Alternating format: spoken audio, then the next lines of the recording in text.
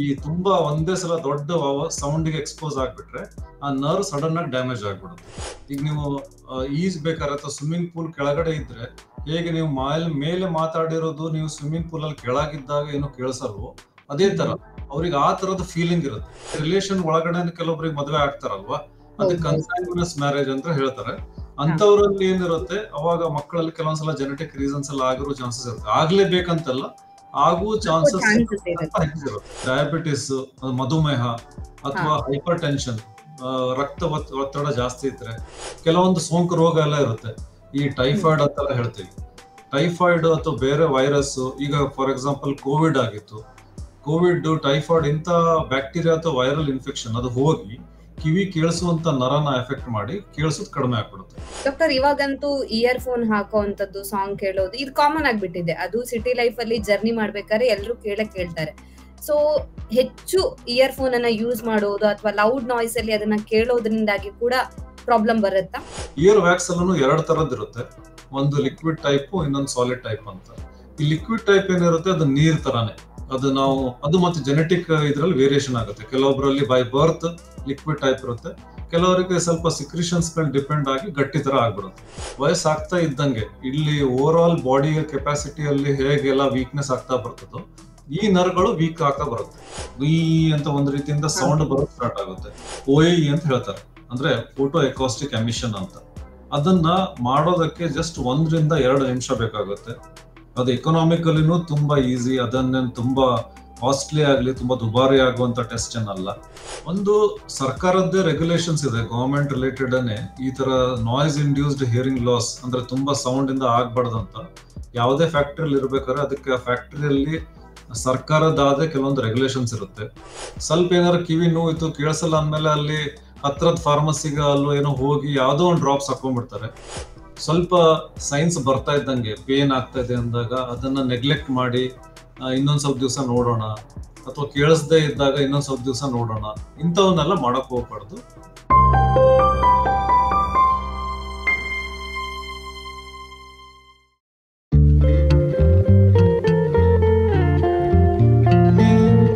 ವಿಜಯ ಕರ್ನಾಟಕ ವೀಕ್ಷಕರಿಗೆ ನಮಸ್ತೆ. ನಾನು ರಕ್ಷಾ ಕೋಟ್ಯಾನ್. ನಮ್ಮ ಸುತ್ತ ಏನಾಗ್ತಿದೆ ಅನ್ನೋದನ್ನ ತಿಳ್ಕೋಬೇಕು ಅಂತ ಹೇಳಿದ್ರೆ ನಮ್ಮ ಕಿವಿಗಳು ಸರಿಯಾಗಿ ಕೆಲಸ ಮಾಡ್ಬೇಕಾಗತ್ತೆ.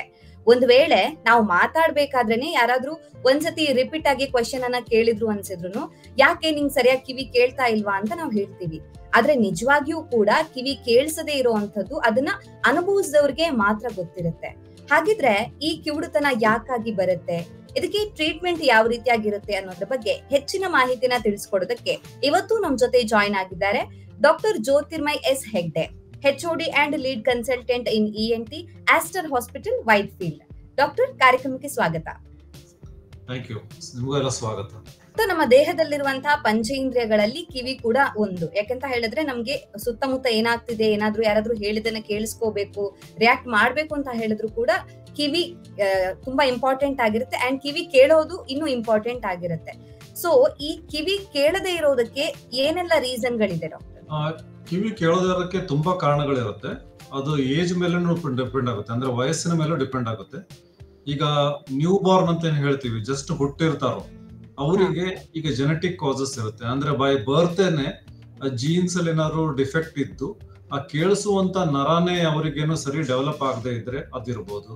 ಈ ಮಧ್ಯದ ವಯಸ್ಸಲ್ಲಿ ಅವಾಗ ಏನಿರುತ್ತೆ, ಏನಾದ್ರು ಇನ್ಫೆಕ್ಷನ್ ಆಗಿದ್ರೆ, ಕಿವಿಯಲ್ಲೆಲ್ಲ ಏನಾದ್ರು ಕಿವಿ ತುಂಬಿಕೊಂಡಿತ್ತು ಅಥವಾ ಪಸ್ ಆಗಿತ್ತು, ಅಥವಾ ಏನಾದ್ರೂ ತುಂಬಾ ಲೌಡ್ ಸೌಂಡ್ ಎಕ್ಸ್ಪೋಸ್ ಆಗಿರೋ, ಅದಕ್ಕೆ ನಾಯ್ಸ್ ಇಂಡ್ಯೂಸ್ಡ್ ಹಿಯರಿಂಗ್ ಲಾಸ್ ಅಂತಾರೆ. ಅಂದ್ರೆ ಈ ತುಂಬಾ ಒಂದೇ ಸಲ ದೊಡ್ಡ ಸೌಂಡಿಗೆ ಎಕ್ಸ್ಪೋಸ್ ಆಗ್ಬಿಟ್ರೆ ಆ ನರ್ವ್ ಸಡನ್ ಆಗಿ ಡ್ಯಾಮೇಜ್ ಆಗ್ಬಿಡುತ್ತೆ. ಇನ್ನು ಎಕ್ಸ್ಟ್ರೀಮ್ಸ್ ಆಫ್ ಏಜ್ ಅಲ್ಲಿ ತುಂಬಾ ವಯಸ್ಸಾದವರಲ್ಲಿ ಇದ್ರೆ ಅವರಿಗೆ ಆ ನರಗಳು ವೀಕ್ ಆಗ್ಬಿಡುತ್ತೆ. ಇನ್ನೂ ಕೆಲವೊಂದು ರೀಸನ್ಸ್ ಇರುತ್ತೆ. ಫಾರ್ ಎಕ್ಸಾಂಪಲ್, ಈಗ ಮಧುಮೇಹ, ಡಯಾಬಿಟಿಸ್ ಇತ್ತು, ಅಥವಾ BP ಕಾರಣಗಳಿತ್ತು, ಥೈರಾಯ್ಡ್ ಇತ್ತು, ಅಥವಾ ಕೆಲವೊಂದು ಮೆಡಿಸಿನ್ಸ್ ಇಂದ ಸೈಡ್ ಎಫೆಕ್ಟ್ ಇರ್ಬೋದು. ಇವೆಲ್ಲಾ ಕಾರಣಗಳಿಂದ ಕಿವಿ ಕೇಳಿಸುವುದು ಸ್ವಲ್ಪ ತೊಂದರೆ ಆಗ್ಬೋದು. ಅಂದ್ರೆ ಶ್ರವಣ ಅಂತ ಏನ್ ಹೇಳ್ತೀವಿ, ಅದು ಕೇಳಿಸುವ ತೊಂದರೆ, ಅದಕ್ಕೆ ಶ್ರವಣ ಇದು ಕಡಿಮೆ ಆಗಿ ಅದಕ್ಕೆ ಹಿಯರಿಂಗ್ ಲಾಸ್ ಅಂತ ಹೇಳ್ತಾರೆ. ಸೊ ಇವೆಲ್ಲ ವೇರಿಯಸ್ ಕಾರಣ ಆಸ್ ಪರ್ ಏಜ್ ಮತ್ತೆ ಸರ್ಟನ್ ಕಂಡೀಷನ್ಸ್ ಇಂದ ಇವೆಲ್ಲ ಕಾರಣಗಳು ಇರುತ್ತೆ. ಅಂದ್ರೆ ಕಿವಿಯಲ್ಲಿ ಕಿವಿ ತುಂಬಿಕೊಂಡಿದ್ರು ಕೂಡ ಕಿವುಡುತನ ಬರೋದಕ್ಕೆ ರೀಸನ್ ಆಗುತ್ತೆ ಅದು? ಹೌದು, ಡೆಫಿನೆಟ್ಲಿ. ಯಾಕಂದ್ರೆ ಕಿವಿಯಲ್ಲಿ ಕಿವಿ ತುಂಬಿಕೊಂಡಾಗ ಅದು ಒಂಥರ ಅಲ್ಲಿ ಸೌಂಡ್ ಹೋಗೋದಕ್ಕೆ ಒಂಥರ ಅಡ್ಡಿ ಇದ್ದ ಹಾಗೆ. ಈ ಸೌಂಡ್ ನಮ್ದು ಏನ್ ಶ್ರವಣ ಇರುತ್ತೆ ಅದು ಹೋಗೋದಕ್ಕೆ ಅಡ್ಡಿ ಆದಾಗ ಕೇಳಿಸಲ್ಲ. ಈಗ ನೀವು ಈಜ್ಬೇಕಾದ್ರೆ ಅಥವಾ ಸ್ವಿಮ್ಮಿಂಗ್ ಪೂಲ್ ಕೆಳಗಡೆ ಇದ್ರೆ ಹೇಗೆ ನೀವು ಮೇಲೆ ಮಾತಾಡಿರೋದು ನೀವು ಸ್ವಿಮ್ಮಿಂಗ್ ಪೂಲ್ ಅಲ್ಲಿ ಕೆಳಗಿದ್ದಾಗ ಏನು ಕೇಳಿಸಲ್ವೋ, ಅದೇ ತರ ಅವ್ರಿಗೆ ಆ ತರದ ಫೀಲಿಂಗ್ ಇರುತ್ತೆ. ಅಲ್ಲಿ ಕೀವು ಅಥವಾ ನೀರೆಲ್ಲ ತುಂಬಿಕೊಂಡಿರೋದ್ರಿಂದ ನೀವು ಮಾತಾಡಿದ್ದೆಲ್ಲ ಅವ್ರಿಗೆ ಸರಿಯಾಗಿ ಕೇಳಿಸಲ್ಲ. ಡಾಕ್ಟರ್, ನೀವೀಗ ಹೇಳಿದ್ರೆ ಕೆಲವೊಮ್ಮೆ ಬೈ ಬರ್ತ್ ಕೂಡ ಅವರಿಗೆ ಕಿವಿ ಕೇಳದೆ ಇರೋದಕ್ಕೆ ಕಾರಣ ಆಗತ್ತೆ ಅಂತ. ಸೊ ಕಿವಿ ಕೇಳದೆ ಇರೋದಕ್ಕೆ ಹೆರಿಡಿಟರಿ ಪ್ರಾಬ್ಲಮ್ಸ್ ಏನಾದ್ರು ಕಾರಣ ಆಗತ್ತಾ? ಡೆಫಿನೆಟ್ಲಿ ಅದೊಂದು ನೋನ್. ಇದು ಎಷ್ಟೊಂದೆಲ್ಲ ಸ್ಟಡೀಸ್ ಆಗಿದೆ. ಬೈ ಬರ್ತ್ ಅಂದ್ರೆ ಜೆನೆಟಿಕ್ ರೀಸನ್ಸ್ ಇಂದ ಕಿವಿ ಕೇಳಿಸೋದಕ್ಕೆಲ್ಲ ತೊಂದರೆ ಇರುತ್ತೆ. ಅದ್ರಲ್ಲೂ ಕೆಲವೊಂದ್ಸಲ ಕನ್ಸಾಂಗ್ಯುನಸ್ ಮ್ಯಾರೇಜ್ ಅಂತ ಹೇಳ್ತಾರೆ. ಅಂದ್ರೆ ಈಗ ಅವ್ರ ಗಂಡ ಹೆಂಡತಿ ಇನ್ ಕೇಸ್ ಇಂಟರ್ ರಿಲೇಶನ್ಶಿಪ್ ಅಲ್ಲ ಏನಾರ ಇದ್ದಾಗ, ಅಂದ್ರೆ ವಿದಿನ್ ರಿಲೇಶನ್, ಅಂದ್ರೆ ಅವನ ಅಂಕಲ್ ಮಗ ಅಥವಾ ಮಾಮನ ಇವರು ಆತರ ಒಳಗೆ ರಿಲೇಶನ್ ಒಳಗಡೆ ಕೆಲವೊಬ್ರಿಗೆ ಮದುವೆ ಆಗ್ತಾರಲ್ವಾ, ಅದಕ್ಕೆ ಕನ್ಸಾಂಗ್ಯುನಸ್ ಮ್ಯಾರೇಜ್ ಅಂತ ಹೇಳ್ತಾರೆ. ಅಂತವ್ರಲ್ಲಿ ಏನಿರುತ್ತೆ, ಅವಾಗ ಮಕ್ಕಳಲ್ಲಿ ಕೆಲವೊಂದ್ಸಲ ಜೆನೆಟಿಕ್ ರೀಸನ್ಸ್ ಎಲ್ಲ ಆಗಿರೋ ಚಾನ್ಸಸ್ ಇರುತ್ತೆ. ಆಗ್ಲೇಬೇಕಂತಲ್ಲ, ಆಗುವ ಚಾನ್ಸಸ್ ಹೆಚ್ಚಿರುತ್ತೆ. ಅದು ಬಿಟ್ಟು ಬೇರೆಯವರಿಗೂ ಏನೋ ಒಂದು ಕಾರಣಗಳಿಂದ ಈ ಜೆನೆಟಿಕ್ ರೀಸನ್ಸ್ ಇದ್ದಾಗ ಈ ತರ ಚೇಂಜಸ್ ಆಗಿ ಆ ಕೇಳಿಸುವಂತ ಶ್ರವಣ ಕೇಳಿಸುವಂತ ಏನು ಜೀನ್ಸ್ ರೆಸ್ಪಾನ್ಸಿಬಲ್ ಇರುತ್ತೋ ಅಂತ ಜೀನ್ಸ್ ಅಲ್ಲಿ ಏನಾದ್ರು ಡಿಫೆಕ್ಟ್ ಆದ್ರೆ ಅವಾಗ ಈ ಶ್ರವಣ ಬೈ ಬರ್ತ್ ಕೇಳಿಸೋ ತೊಂದರೆಗಳಿರುತ್ತೆ. ಅದಕ್ಕೆ ಜೆನೆಟಿಕ್ ಡಿಫೆಕ್ಟ್ಸ್ ಅಂತ ಹೇಳ್ತಾರೆ. ಅದಕ್ಕೆ ನಾವು ಇದರಲ್ಲಿ ಕಂಜೆನೆಟಲ್ ಹಿಯರಿಂಗ್ ಲಾಸ್ ಅಂತ ಇರ್ತೀವಿ. ಅಂದ್ರೆ ಬೈ ಬರ್ತ್ ಹುಟ್ಟುತ್ತಾನೆ ಅವರಿಗೆ ಸ್ವಲ್ಪ ಕೇಳಿಸೋದು ತೊಂದರೆ ಇದೆ ಅಂತ. ಡಾಕ್ಟರ್, ಹಾಗಿದ್ರೆ ಈ ಹಿಯರಿಂಗ್ ಲಾಸ್ ಆಗೋದಕ್ಕೆ ಇರುವಂತಹ ರಿಸ್ಕ್ ಫ್ಯಾಕ್ಟರ್ಸ್ ಯಾವುದೆಲ್ಲ? ರಿಸ್ಕ್ ಫ್ಯಾಕ್ಟರ್ಸ್ ಅಂತಂದ್ರೆ ಒಂದು ಈ ತರ ಡಯಾಬಿಟಿಸ್, ಮಧುಮೇಹ ಅಥವಾ ಹೈಪರ್ ಟೆನ್ಷನ್, ರಕ್ತ ಒತ್ತಡ ಜಾಸ್ತಿ ಇದ್ರೆ, ಅಥವಾ ಆಕ್ಯುಪೇಷನಲ್ ಹೆಜಾರ್ಡ್ಸ್ ಅಂದ್ರೆ ಯಾರು ಈ ಫ್ಯಾಕ್ಟರಿಯಲ್ಲಿ ಎಲ್ಲಿ ಲೌಡ್ ಸೌಂಡ್ಸ್ ಇರುತ್ತೋ ಅವ್ರು ಯಾರು ಓದಿಲ್ವೋ ಸಿಕ್ಕಾಪಟ್ಟೆ. ಅಂದ್ರೆ ಈಗ ಮೋರ್ ದೆನ್ ಲೌಡ್ನೆಸ್ ಅನ್ನ ಯೂಶಲಿ ಹೇಳೋದು ಡೆಸಿಬಲ್ಸ್ ಅಲ್ಲಿ. ಈಗ ಮೋರ್ ದೆನ್ 80 ಡೆಸಿಬಲ್ಸ್ ಅಂತ ಹೇಳ್ತೀವಿ. ಅಂತ ಲೌಡ್ ಸೌಂಡ್ ಗೆ ಅವರು ಕಾನ್ಸ್ಟೆಂಟ್ ಆಗಿ ಎಕ್ಸ್ಪೋಸ್ ಆಗ್ತಾ ಇದ್ರೆ, ಅಥವಾ ಒಂದೇ ಸಲ ಮೋರ್ ದೆನ್ 100 ಡೆಸಿಬಲ್ಸ್ ಸೌಂಡ್ ಗೆ ಎಕ್ಸ್ಪೋಸ್ ಆದ್ರೆ, ಅಥವಾ ಕೆಲವೊಬ್ರು ಎಲ್ಲರೂ ಈಗಿನ ಕಾಲದಲ್ಲಿ ವಿದೌಟ್ ಎನಿ ಪ್ರಿಸ್ಕ್ರಿಪ್ಷನ್ ಕೆಲವೊಂದ್ಸಲ ಮೆಡಿಸಿನ್ಸ್ ತಗೊಂಡ್ಬಿಡ್ತಾರೆ, ಜಸ್ಟ್ ಫಾರ್ಮಸಿಗೆ ಹೋಗಿ ತಗೊಂಡ್ಬಿಡ್ತಾರೆ. ಕೆಲವೊಂದು ಮೆಡಿಸಿನ್ಸ್ ಗೆಲ್ಲ ಸೈಡ್ ಎಫೆಕ್ಟ್ ಆಗಿ ಕಿವಿ ಕೇಳಿಸುವಂತ ಪ್ರಾಬ್ಲಮ್ ಇರುತ್ತೆ. ಇಂತ ಯಾವುದೇ ಒಂದು ಮೆಡಿಸಿನ್ ತಗೊಂಡ ಮೆಡಿಸಿನ್ ಇಂದ ಸೈಡ್ ಎಫೆಕ್ಟ್ ಆಗ್ಬಹುದು. ಅಥವಾ ಈ ಕೆಲವೊಂದ್ಸಲ ಈ ಇನ್ಫೆಕ್ಷನ್ಸ್ ಇರುತ್ತೆ, ಆ ಕಿವಿ ಇನ್ಫೆಕ್ಷನ್ ಆಗಿರೋ ಯಾರು ಸ್ವಿಮ್ಮರ್ಸ್ ಅಥವಾ ಕಾನ್ಸ್ಟೆಂಟ್ ಆಗಿ ತುಂಬಾ ಸ್ನಾನ ಮಾಡ್ಬೇಕಾದ್ರೆ ನೀರು ಒಳಗೆ ಹೋಗುತ್ತೆ, ಇವರೆಲ್ಲ ಸ್ವಲ್ಪ ರಿಸ್ಕ್ ಫ್ಯಾಕ್ಟರ್ಸ್ ಅಲ್ಲಿ ಜಾಸ್ತಿ ಇರ್ತಾರೆ. ಇವ್ರಿಗೆ ಕೇಳಿಸುವಂತ ಪ್ರಾಬ್ಲಮ್ ಆಗೋ ಚಾನ್ಸ್ ಇರುತ್ತೆ. ಹಾಗಾಗಿ ಟ್ಯಾಬ್ಲೆಟ್ಸ್ ತಗೊಳ್ಳೋ ಅಂತದ್ದು ಈಗ ಕೆಲವರು ಸೆಲ್ಫ್ ಡಾಕ್ಟರ್ಸ್ ಆಗ್ತಾರೆ. ನೀವು ಹೇಳ್ದಂಗೆ ತಾವೇ ಹೋಗಿ ಮೆಡಿಕಲ್ ಇಂದ ಟ್ಯಾಬ್ಲೆಟ್ಸ್ ಅದನ್ನ ನುಂಗ್ತಾರೆ. ಸೊ ಅದು ಕೂಡ ಕಿವಿ ಕೇಳದೆ ಇರೋದಕ್ಕೆ ಕಾರಣ ಆಗುತ್ತೆ. ಒನ್ ಆಫ್ ದ ರೀಸನ್ ಆಗಿರಬಹುದು ಅದು ಕೂಡ ಅಂತ. ಡೆಫಿನೆಟ್ಲಿ. ಅಂದ್ರೆ ಎಷ್ಟೊಂದು ಈಗ ಮೆಡಿಸಿನ್ಸ್ ಎಲ್ಲ ಎಷ್ಟೊಂದು ಗ್ರೂಪ್ ಆಫ್ ಮೆಡಿಸಿನ್ಸ್ ಇರುತ್ತೆ. ಫಾರ್ ಎಕ್ಸಾಂಪಲ್ ಈ ಡಯೂರೆಟಿಕ್ಸ್ ಅಂತ ಅಥವಾ ಕೆಲವೊಂದು ಮೆಡಿಸಿನ್ಸ್ ಏನಿರುತ್ತೋ ಅದರಲ್ಲಿ ಅದು ಸೈಡ್ ಎಫೆಕ್ಟ್ ಆಗಿ ಕೇಳಿಸುವಂತ ಪ್ರಾಬ್ಲಮ್ ಇರುತ್ತೆ. ಅದಕ್ಕೆ ಯಾವತ್ತೂ ಸೆಲ್ಫ್ ಮೆಡಿಕೇಶನ್ ಅಥವಾ ಜಸ್ಟ್ ಯಾವ್ದಾರ ಫಾರ್ಮಸಿ ಹೋಗಿ ಅದೇ ಮೆಡಿಸಿನ್ ತಾವಾಗೆ ತಗೊಳ್ಬಾರ್ದು. ಯಾಕಂದ್ರೆ ಇಂಥ ಸೈಡ್ ಎಫೆಕ್ಟ್ ಅನ್ನ ಅವ್ರು ಹೇಳದೇ ಇದ್ರೆ ಇದರಿಂದ ಕೇಳಿಸುವಂತ ತೊಂದರೆನೂ ಆಗ್ಬಹುದು. ಅದಕ್ಕೆ ಸ್ವಲ್ಪ ಕೇರ್ಫುಲ್ ಆಗಿರ್ಬೇಕು. ಡಾಕ್ಟರ್, ಈಗ ನೀವು ಮಾತಾಡ್ತಾ ಹೇಳಿದ್ರೆ ಈಗ ರಿಸ್ಕ್ ಫ್ಯಾಕ್ಟರ್ ಅಲ್ಲಿ ಡಯಾಬಿಟಿಸ್ ಕೂಡ ಒಂದು ಅಂತ. ಸೊ ಮಧುಮೇಹ ಹೆಚ್ಚಾದ್ರೂ ಕೂಡ ಕಿವಿ ಕೇಳಿಸದೇ ಇರುವಂತ ಚಾನ್ಸಸ್ ಇರುತ್ತೆ ಅಂತ. ಸೊ ಈ ಡಯಾಬಿಟಿಸ್ ಹಾಗೇನೆ ಕಿವಿ ಕೇಳದೆ ಇರೋದಕ್ಕೆ ಹೇಗೆ ಕನೆಕ್ಷನ್ ಇದೆ ಹಾಗಿದ್ರೆ? ಡಯಾಬಿಟಿಸ್ ಅಂದ್ರೆ ಏನಾಗ್ಬಿಡುತ್ತೆ, ಮೇನ್ಲಿ ನಮ್ಗೆಲ್ಲರೂ ಗೊತ್ತಿದೆ, ಬಾಡಿಯಲ್ಲಿ ನಮ್ಮ ದೇಹದಲ್ಲಿ ಸಕ್ಕರೆ ಅಂಶ ಜಾಸ್ತಿ ಆಗುತ್ತೆ. ಸೊ ಈ ಸಕ್ಕರೆ ಅಂಶ ಜಾಸ್ತಿ ಆದಾಗ ಅದು ಏನಾಗ್ಬಿಡುತ್ತೆ ಅಂದ್ರೆ ಡಯಾಬಿಟಿಕ್ ನ್ಯೂರೋಪತಿ ಅಂತ ಆಗುತ್ತೆ. ಅಂದ್ರೆ ಈ ಶುಗರ್ ಎಲ್ಲ ಹೋಗಿ ನರಗಳಲ್ಲಿ ಹೋಗಿ ಡೆಪಾಸಿಟ್ ಆಗ್ಬಿಡುತ್ತೆ. ಅದಕ್ಕೆ ಡಯಾಬಿಟಿಕ್ ನ್ಯೂರೋಪತಿ ಅಂತ. ಆ ನರಗಳಲ್ಲಿ ಒಂದು ನರ ಈ ಕಿವಿ ಕೇಳಿಸುವಂತ ನರ, ಅಲ್ಲಿ ಹೋಗಿ ಈ ಶುಗರ್ ಎಲ್ಲ ಡೆಪಾಸಿಟ್ ಆಗ್ಬಿಟ್ರೆ ಅವಾಗ ಆಟೋಮೆಟಿಕಲಿ ಈ ಕಿವಿಯಲ್ಲಿ ಕೇಳಿಸುವಂತ ಕೆಪಾಸಿಟಿ ಕಡಿಮೆ ಆಗ್ಬಿಡುತ್ತೆ. ಸೊ ಅವಾಗ ಏನಾಗ್ಬಿಡುತ್ತೆ ಅಂದ್ರೆ ನರ್ವ್ ವೀಕ್ ಆಗ್ತಾ ಇದ್ದಂಗೆ ನ್ಯಾಚುರಲಿ ಅದು ಏನು ಕೇಳೋ ಕೆಪಾಸಿಟಿ ಇರುತ್ತೆ ಅದು ಕಡಿಮೆ ಆಗ್ತಾ ಹೋಗ್ಬಿಡುತ್ತೆ. ಅದಕ್ಕೆ ಡಯಾಬಿಟಿಕ್ ನ್ಯೂರೋಪತಿ ಅಂತ ಹೇಳ್ತಾರೆ. ಅದು ಈ ಕಿವಿ ಕೇಳಿಸುವಂತ ನರ್ವ್ ಅಲ್ಲಿ ಎಫೆಕ್ಟ್ ಆದಾಗ ಸ್ಪೆಸಿಫಿಕಲಿ ಕೇಳಿಸೋದು ಕಡಿಮೆ ಆಗ್ಬಿಡುತ್ತೆ. ಅಂದ್ರೆ ತುಂಬಾ ಸಿವಿಯರ್ ಆದ್ರೆ ಡಯಾಬಿಟಿಸ್ ಆ ಸಂದರ್ಭದಲ್ಲಿ ಏನಾದ್ರೂ ಆತರ ಆಗತ್ತಾ? ಅಂದ್ರೆ ನೀವು ಹೇಳ್ದಂಗೆ ಬ್ಲಾಕೇಜ್ ಆತರ ಸಿವಿಯರ್ ಆದಾಗ ಅದು ಬಹಳ ಬೇಗ ಆಗ್ಬಹುದು. ಅಕಸ್ಮಾತ್ ಅದು ಸಿವಿಯರ್ ಇಲ್ಲ, ಮಾಡರೇಟ್ ಇತ್ತು, ಗ್ರಾಜುಯಲಿ ಒಂದ್ 5 ವರ್ಷ 10 ವರ್ಷ ಹೀಗಾಗಿ ಈ ನ್ಯಾಚುರಲ್ ಆಗಿ ರೆಗ್ಯುಲರ್ ಆಗಿರೋ ಜನರಿಗೆ ಆಫ್ಟರ್ ದ ಏಜ್ ಆಫ್ 70-75 ಆಗೋದಾದ್ರೆ ಡಯಾಬಿಟಿಸ್ ಇದ್ದವರಿಗೆ ಒಂದ್ 5-10 ವರ್ಷ ಮುಂಚೆನೆ ಆಗ್ಬೋದು. ಅದೇ ತುಂಬಾ ಎಕ್ಸ್ಟ್ರೀಮ್ ಡಯಾಬಿಟಿಸ್ ಇದ್ದವರಿಗೆ, ತುಂಬಾ ಅನ್ಕಂಟ್ರೋಲ್ ಡಯಾಬಿಟಿಸ್ ಇದ್ದವರಿಗೆ, ಅವ್ರಿಗೆ ಬಹಳ ಡಯಾಬಿಟಿಸ್ ಕಂಡು ಹುಡುಕಿ ಸಿವಿಯರ್ ಇದ್ದಾಗ ಒಂದ್ 2-3 ವರ್ಷದಲ್ಲೇ ಅವ್ರಿಗೆ ಕೇಳಿಸೋದು ಕಡಿಮೆ ಆಗ್ಬೋದು. ಆಲ್ ಡಿಪೆಂಡ್ಸ್ ಆನ್ ಅಂದ್ರೆ ಎಷ್ಟು ಶುಗರ್ ಇದೆ, ಎಷ್ಟು ಕಂಟ್ರೋಲ್ ಇದೆ, ಮತ್ತೆ ಎಷ್ಟು ಸಿವಿಯಾರಿಟಿಯಲ್ಲಿ ಇದೆ ಅನ್ನೋದು ಅದ್ರ ಮೇಲೆ ಡಿಪೆಂಡ್ ಆಗುತ್ತೆ. ಓಕೆ ಡಾಕ್ಟರ್, ನೀವೀಗ ಹೇಳಿದ್ರಿ ಈಗ ಕಿವಿ ಕೇಳಿಸದೇ ಇರೋದಕ್ಕೆ ಇನ್ಫೆಕ್ಷನ್ ಆಗೋದು ಕೂಡ ಒನ್ ಆಫ್ ದ ರೀಸನ್ ಆಗಿರಬಹುದು ಅಂತ. ಸೊ ಪದೇ ಪದೇ ಕೆಲವರಿಗೆ ಕಿವಿ ಇನ್ಫೆಕ್ಷನ್ಸ್ ಆಗ್ತಾ ಇರುತ್ತೆ. ಸೊ ಅಂತವರಿಗೂ ರಿಸ್ಕ್ ಜಾಸ್ತಿ ಇರುತ್ತಾ ಪದೇ ಪದೇ ಆಗ್ತಾ ಇರೋದು?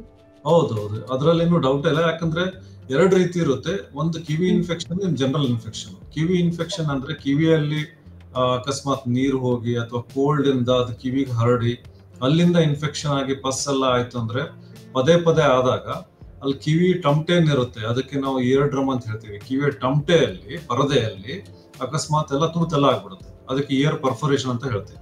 ಅದೆಲ್ಲ ಆದಾಗ ನ್ಯಾಚುರಲಿ ಕೇಳಿಸ್ತಾ ಇರೋದು ಕಡಿಮೆ ಆಗ್ಬಿಡುತ್ತೆ. ಅದು ಪದೇ ಪದೇ ಇನ್ಫೆಕ್ಷನ್ ಆಗ್ತಾ ಇದ್ದಂಗೆ ಕೇಳಿಸೋದು ಅಷ್ಟೇ ಕಡಿಮೆ ಆಗ್ತಾ ಹೋಗುತ್ತೆ. ಇನ್ನೊಂದು, ಕೆಲವೊಂದು ಸೋಂಕು ರೋಗ ಎಲ್ಲ ಇರುತ್ತೆ, ಈ ಟೈಫಾಯ್ಡ್ ಅಂತೆಲ್ಲ ಹೇಳ್ತೀವಿ. ಟೈಫಾಯ್ಡ್ ಅಥವಾ ಬೇರೆ ವೈರಸ್, ಈಗ ಫಾರ್ ಎಕ್ಸಾಂಪಲ್ ಕೋವಿಡ್ ಆಗಿತ್ತು. ಕೋವಿಡ್, ಟೈಫಾಯ್ಡ್ ಇಂಥ ಬ್ಯಾಕ್ಟೀರಿಯಾ ಅಥವಾ ವೈರಲ್ ಇನ್ಫೆಕ್ಷನ್ ಅದು ಹೋಗಿ ಕಿವಿ ಕೇಳಿಸುವಂತ ನರನ ಎಫೆಕ್ಟ್ ಮಾಡಿ ಕೇಳಿಸೋದು ಕಡಿಮೆ ಆಗ್ಬಿಡುತ್ತೆ. ಈಗ ನಾವು ಕೋವಿಡ್ ಎಲ್ಲ ಆದಾಗ ಎಷ್ಟೊಂದು ಜನರಿಗೆ ನೋಡಿದ್ವಿ, ಸಡನ್ ಆಗಿ ಕೇಳಿಸೋದು ಕಡಿಮೆ ಆಗ್ಬಿಡ್ತಿತ್ತು. ಸೊ ಈ ರೀತಿಯಿಂದ ಅದು ರೆಗ್ಯುಲರ್ ಆಗಿ ಇಯರ್ ಇನ್ಫೆಕ್ಷನ್ ಅಲ್ಲೂ ಆಗ್ಬೋದು, ಅಥವಾ ಇಂಥ ಟೈಫಾಯ್ಡ್, ಕೋವಿಡ್ ಅಂತ ಇನ್ಫೆಕ್ಷನ್ ಇಂದನೂ ಕಿವಿ ಕೇಳಿಸೋದು ಕಡಿಮೆ ಆಗ್ಬೋದು. ಡಾಕ್ಟರ್, ಇವಾಗಂತೂ ಇಯರ್ ಫೋನ್ ಹಾಕುವಂತದ್ದು, ಸಾಂಗ್ ಕೇಳೋದು ಇದು ಕಾಮನ್ ಆಗ್ಬಿಟ್ಟಿದೆ. ಅದು ಸಿಟಿ ಲೈಫ್ ಅಲ್ಲಿ ಜರ್ನಿ ಮಾಡ್ಬೇಕಾದ್ರೆ ಎಲ್ಲರೂ ಕೇಳ್ತಾರೆ. ಸೊ ಹೆಚ್ಚು ಇಯರ್ ಫೋನ್ ಅನ್ನ ಯೂಸ್ ಮಾಡೋದು ಅಥವಾ ಲೌಡ್ ನಾಯ್ಸ್ ಅಲ್ಲಿ ಅದನ್ನ ಕೇಳೋದ್ರಿಂದಾಗಿ ಕೂಡ ಪ್ರಾಬ್ಲಮ್ ಬರುತ್ತಾ? ತುಂಬಾ ಒಳ್ಳೆ ಪ್ರಶ್ನೆ. ನೀವು ಈ ಪ್ರಶ್ನೆ ಕೇಳಿದಕ್ಕೆ ನಾನು ನಿಮ್ಗೆ ಅಪ್ರಿಶಿಯೇಟ್ ಮಾಡ್ಲೇಬೇಕು. ಯಾಕಂದ್ರೆ ನೀವು ಹೇಳಿದಾಗೆ ಅದು ತುಂಬಾ ಕಾಮನ್. ಈಗ ನೀವು ಯಾರೇ ನೋಡಿದ್ರು ಈಗ ಇಯರ್ ಫೋನ್ ಹಾಕೊಂಡು ಇರ್ತಾರೆ, ಎಲ್ಲೇ ಇರ್ಬೋದು, ಬಸ್ ಅಲ್ಲಿ ಹೋಗ್ಬೇಕಾದ್ರೆ, ಮೆಟ್ರೋ ಅಲ್ಲಿ ಅಥವಾ ರುಟೀನ್ ಆಗಿ ಟ್ರಾವೆಲ್ ಮಾಡ್ಬೇಕಾದ್ರೆ ಎಲ್ಲರೂ ಮಾಡಿರ್ತಾರೆ. ಸೊ ಇದು ತುಂಬಾ ಒಳ್ಳೆ ಪ್ರಶ್ನೆ, ಯಾಕಂದ್ರೆ ಇದು ನಮ್ಮ ಸಮಾಜಕ್ಕೆ ತುಂಬಾ ಅನ್ವಯಿಸುವಂತ ಪ್ರಶ್ನೆ. ಯಾಕಂದ್ರೆ ರುಟೀನ್ ಆಗಿ ಯಾವುದೇ ವಯಸ್ಸರು ಆದ್ರೂ ಇದನ್ನ ಮಾಡ್ತಾ ಇರ್ತಾರೆ. ಈಗ ಏನಾಗ್ಬಿಡುತ್ತೆ ಅಂದ್ರೆ, ನಮ್ಮ ಕಿವಿ ಅಷ್ಟೊಂದು ಹತ್ರದ ಡಿಸ್ಟೆನ್ಸ್ ಅಲ್ಲಿ ಅಷ್ಟು ಲೌಡ್ ಸೌಂಡ್ ಎಕ್ಸ್ಪೋಸ್ ಆಗೋದಕ್ಕೆ ಮಾಡಿರುವಂತದ್ದು ಅಲ್ಲ. ಈ ನೇಚರ್ ಪ್ರಕಾರ ಅದು ಒಳ್ಳೇದಲ್ಲ. ಸೊ ಈಗ ನೀವು ಎಷ್ಟು ಲೌಡ್ನೆಸ್ ಅಲ್ಲಿ ಅದನ್ನ ಇಟ್ಕೋತಿರೋ, ಎಷ್ಟು ಹೊತ್ತು ಅದನ್ನ ಇಟ್ಕೋತಿರೋ ಅದ್ರ ಮೇಲೆಲ್ಲ ಡಿಪೆಂಡ್ ಆಗುತ್ತೆ.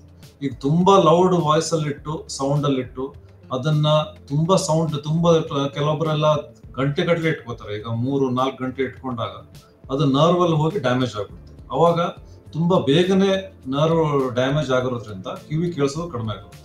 ಈಗ ನೀವು ತುಂಬಾ ಮಾಡ್ರೇಟ್ ವಾಲ್ಯೂಮ್ ಅಲ್ಲಿ ಇಟ್ಕೊಂಡು ಆಮೇಲೆ ಒಂದು 1/2 hour to 1 hour ದಿನಕ್ಕೆ ಕೇಳ್ಕೊಂಡ್ರೆ ಅವಾಗ ಅಷ್ಟೊಂದೆಲ್ಲ ಡ್ಯಾಮೇಜ್ ಆಗ್ಲಿಕ್ಕಿಲ್ಲ. ಸೊ ಸ್ವಲ್ಪ ಹಿತಿಮಿತಿಯಲ್ಲಿ ಅದನ್ನ ಯೂಸ್ ಮಾಡಿ, ಲೌಡ್ನೆಸ್ ಅನ್ನು ನೋಡ್ಕೊಂಡು ಯೂಸ್ ಮಾಡ್ಕೊಂಡು, ಒಳ್ಳೆ ಕ್ವಾಲಿಟಿನ ಇಯರ್ಫೋನ್ಸ್ ಅನ್ನ ಯೂಸ್ ಮಾಡಿದ್ರೆ ಅಲ್ಲಿ ನಾಯ್ಸ್ ಕ್ಯಾನ್ಸಲೇಷನ್ ಎಲ್ಲ ಇರುತ್ತೆ. ಇಂಥ 3-4 ಫ್ಯಾಕ್ಟರ್ನ ನೀವು ತಲೆಯಲ್ಲಿ ಇಟ್ಕೊಂಡು ಅಂತನ್ನ ಯೂಸ್ ಮಾಡಿದ್ರೆ ಅವಾಗ ಅಷ್ಟೊಂದೇನು ಡ್ಯಾಮೇಜ್ ಆಗಲ್ಲ.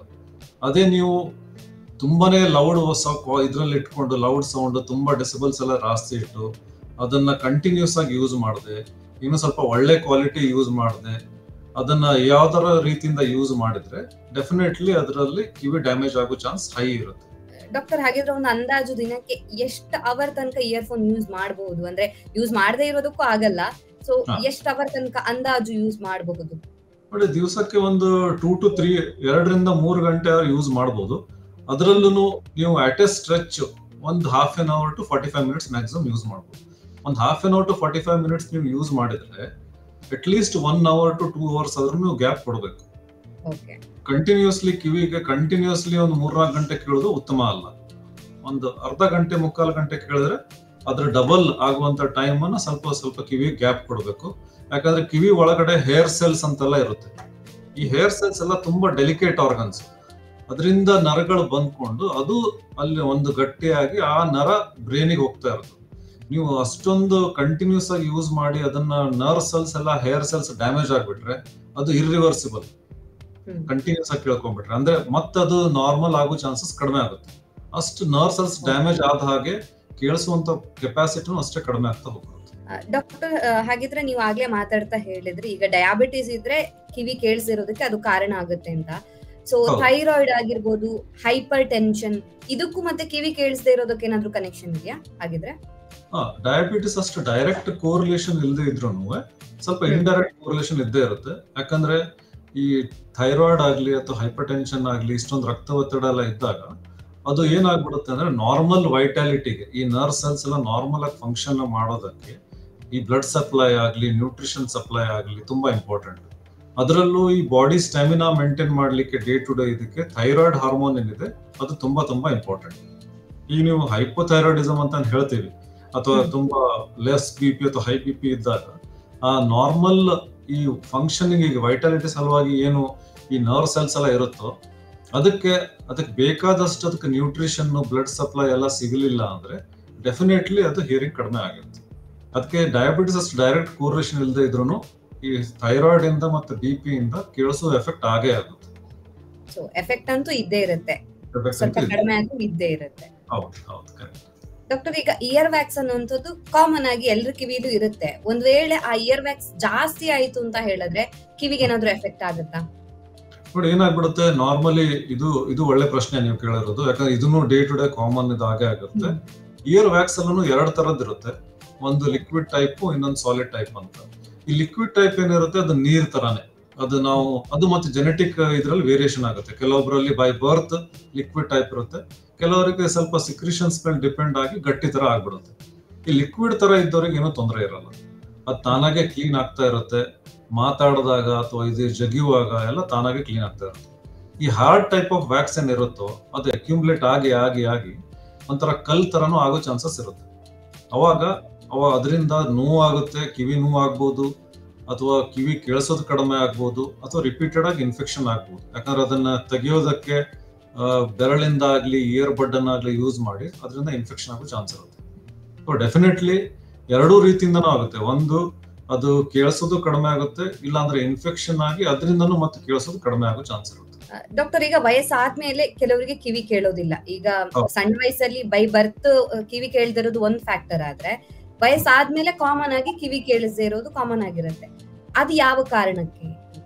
ಯಾಕಂದ್ರೆ ಅದು ಯಾವುದೇ ಬಾಡಿಯಲ್ಲಿ ಈಗ ವಯಸ್ಸಾಗ್ತಾ ಇದ್ದಂಗೆ ಆ ನರಗಳು ನಂಬರ್ ಆಫ್ ಅದ್ರ ಕೆಪಾಸಿಟಿ ಏನಿರುತ್ತೆ ಅದು ಕಡಿಮೆ ಆಗ್ತಾ ಬರುತ್ತೆ. ಹಾಗೆಯೇ ವಯಸ್ಸಾಗ್ತಾ ಇದ್ದಂಗೆ ಇಲ್ಲಿ ಓವರ್ ಆಲ್ ಬಾಡಿಯ ಕೆಪಾಸಿಟಿಯಲ್ಲಿ ಹೇಗೆಲ್ಲ ವೀಕ್ನೆಸ್ ಆಗ್ತಾ ಬರ್ತದೋ ಈ ನರಗಳು ವೀಕ್ ಆಗ್ತಾ ಬರುತ್ತೆ. ಅದಕ್ಕೆ ನಾವು ಮೆಡಿಕಲ್ ಟರ್ಮ್ಸ್ ಅಲ್ಲಿ ಪ್ರೆಸ್ಬೈಕ್ಯೂಸಿಸ್ ಅಂತ ಹೇಳ್ತೇವೆ. ಅಂದ್ರೆ ಇನ್ ಶಾರ್ಟ್, ಈ ನರಗಳು ವೀಕ್ ಆಗೋದಕ್ಕೆ ಅದಕ್ಕೆ ಪ್ರೆಸ್ಬೈಕ್ಯೂಸಿಸ್ ಅಂತ ಹೇಳ್ತೀವಿ.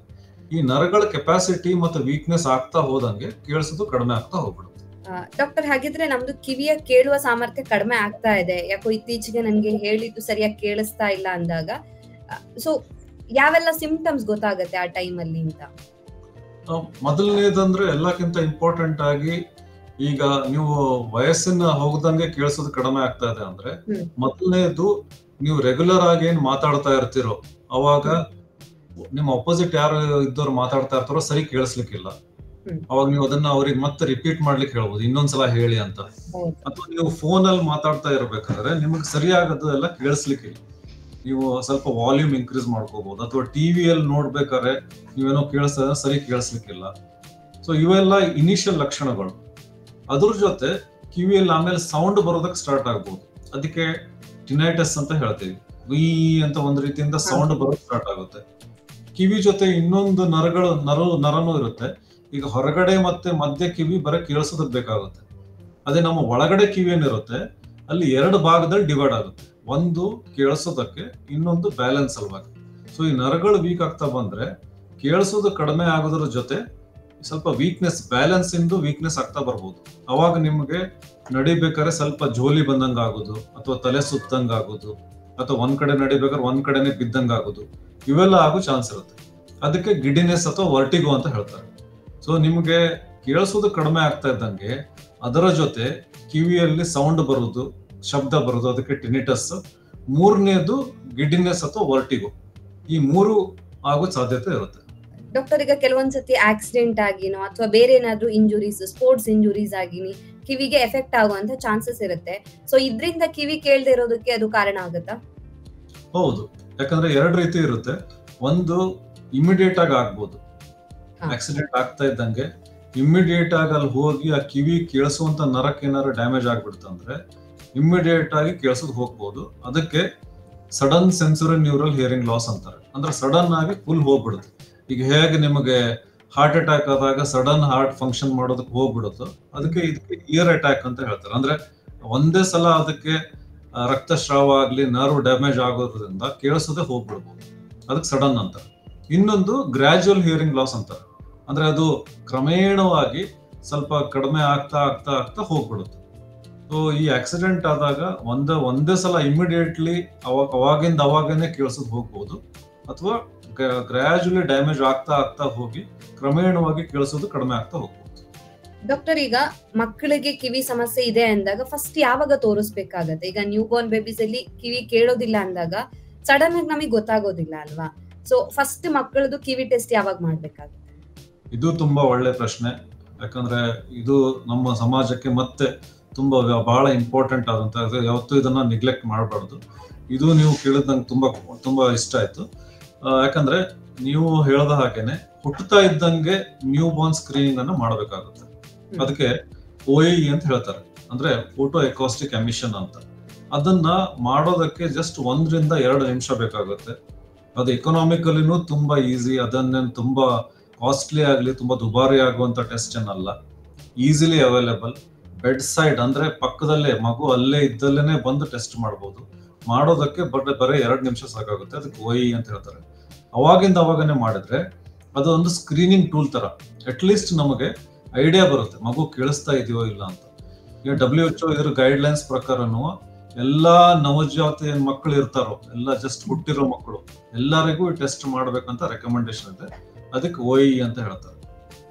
ಅದರಲ್ಲಿ ಏನಾದ್ರೂ ನೆಗೆಟಿವ್ ಅಂತ ಬಂತು, ಕೇಳಿಸ್ತಾ ಇಲ್ಲ ಅಂತ ಡೌಟ್ ಇದೆ ಅಂತ ಬಂದ್ರೆ ಅವಾಗ ಬೆರಾ ಅಂತ ಹೇಳ್ತೀವಿ. ಅದು ಅಡ್ವಾನ್ಸ್ ಟೆಸ್ಟ್.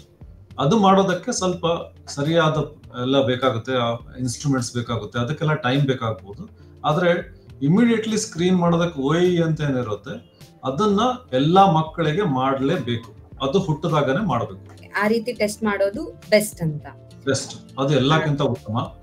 ಅದಾದ್ಮೇಲೆ ಯಾರಿಗೆ ಸ್ಕೂಲಲ್ಲಿ ಈಗ ಅಕಸ್ಮಾತ್ ಡೌಟ್ ಇರುತ್ತೋ ಸರಿ ಕೇಳಿಸ್ತಾ ಇಲ್ಲ ಅಂತ ಹೇಳಿ, ಅಥವಾ ಮನೆಯಲ್ಲೇನೋ ಮಕ್ಕಳು ಪೇರೆಂಟ್ಸ್ ನೋಡ್ತಾ ಬರ್ತಾರೆ, ತಂದೆ ತಾಯಿ ಅವ್ರು ಕರೆದಾಗ ಮಗು ತಿರುಗದೆ ಇರಬಹುದು, ಅಥವಾ ಕಿವಿ ಪಕ್ಕದಲ್ಲಿ ಹಿಂಗೆ ಹೊಡೆದಾಗ ಹಿಂಗ್ ಸೌಂಡ್ ಮಾಡಿದಾಗ ಅವ್ರ ತಲೆನ ತಿರುಗಿಸ್ತಾ ಇದ್ರೆ, ಅಂತವೆಲ್ಲ ಕಂಡೀಷನ್ ಇದ್ದ ಮಕ್ಕಳಲ್ಲಿ ಸ್ವಲ್ಪ ಅವ್ರು ಹೈಯರ್ ನೀಡ್ಸ್ ಅಂದ್ರೆ ಅಂತವ್ರಲ್ಲಿ ಸ್ವಲ್ಪ ಅಟೆನ್ಷನ್ ಕೊಟ್ಟು ಅವರಿಗೆ ಹೈಯರ್ ಸ್ಕ್ರೀನಿಂಗ್ ಎಕ್ಸಾಮಿನೇಷನ್ ಮಾಡ್ಲೇಬೇಕು.